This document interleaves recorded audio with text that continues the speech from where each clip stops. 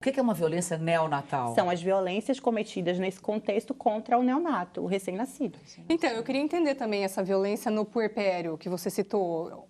Como seria isso? Porque eu tô igual a Marília, isso para mim é super novidade, né? Alguém, uma advogada especialista nesses casos, assim, como seria uma violência obstétrica no puerpério? Quando a gente fala da violência obstétrica, a gente fala desse contexto inteiro, ciclo gravídico puerperal. Então, no puerpério pode acontecer do contato pele a pele não acontecer. A gente já está falando de puerpério, sim, né? Sim. Contato pele a pele não acontecer. O direito à amamentação, que é um direito da criança e também da mulher. Então, vai lá e já coloca uma fórmula na criança. Uma mamadeira.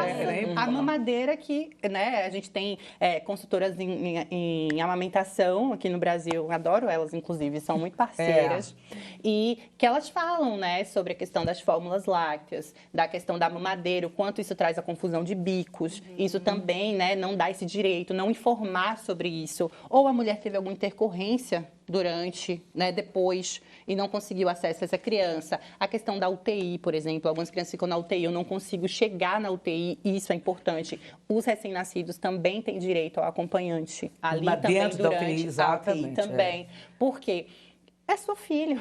Claro. Tudo que você quer estar com ele. Não, e ele precisa sentir, sente o cheiro da mãe, tá ali do lado. Exato. Com certeza. Então, no puerpério, a gente também tem um contexto de violências bem específico, que a gente precisa entender a situação. Pontuei alguns exemplos aqui, mas sempre entender. E partindo sempre do pressuposto de alguma coisa em mim que pare, tá me mostrando que aquilo ali não foi legal.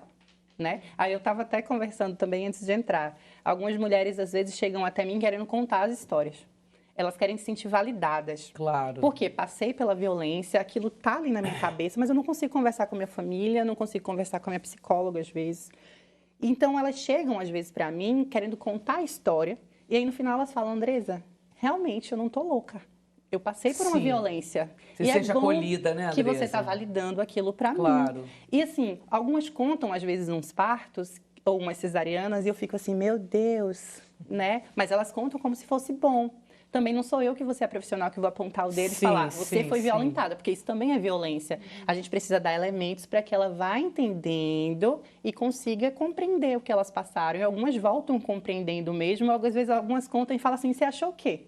E aí eu falo, opa, vamos lá, com calma, devagarinho, dando elementos para que ela consiga entender. Andressa, a gente está chegando no final do nosso bloco, mas eu queria que você dissesse o que uma mãe que sofreu violência obstétrica deve fazer para procurar os seus direitos.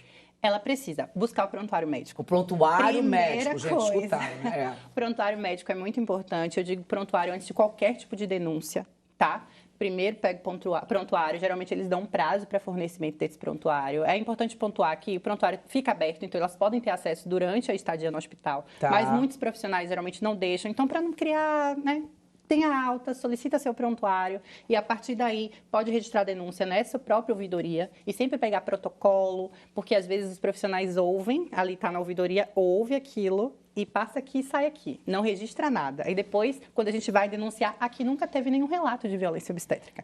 Então, denuncia na ouvidoria, pega protocolo, pega o nome do profissional que você fez a denúncia e aí você pode buscar outros meios, né? A gente tem os conselhos de classe, dependendo, né, do profissional que cometeu a violência obstétrica, você pode buscar conselho regional de enfermagem ou de medicina, a ouvidoria, como eu falei, plano de saúde também ouvidoria. As instituições, tanto SUS quanto privado, também precisam ter ouvidorias e a gente pode buscar também outros meios, né? A gente tem as secretarias de saúde, Secretaria de Direitos das Mulheres, também pode se registrar denúncia, isso é importante até pela contabilização mesmo, para que aquilo fique sendo visto, registrado para não acontecer de novo. Ai, denunciei, aqui nunca teve nenhum relato. Como assim nunca teve?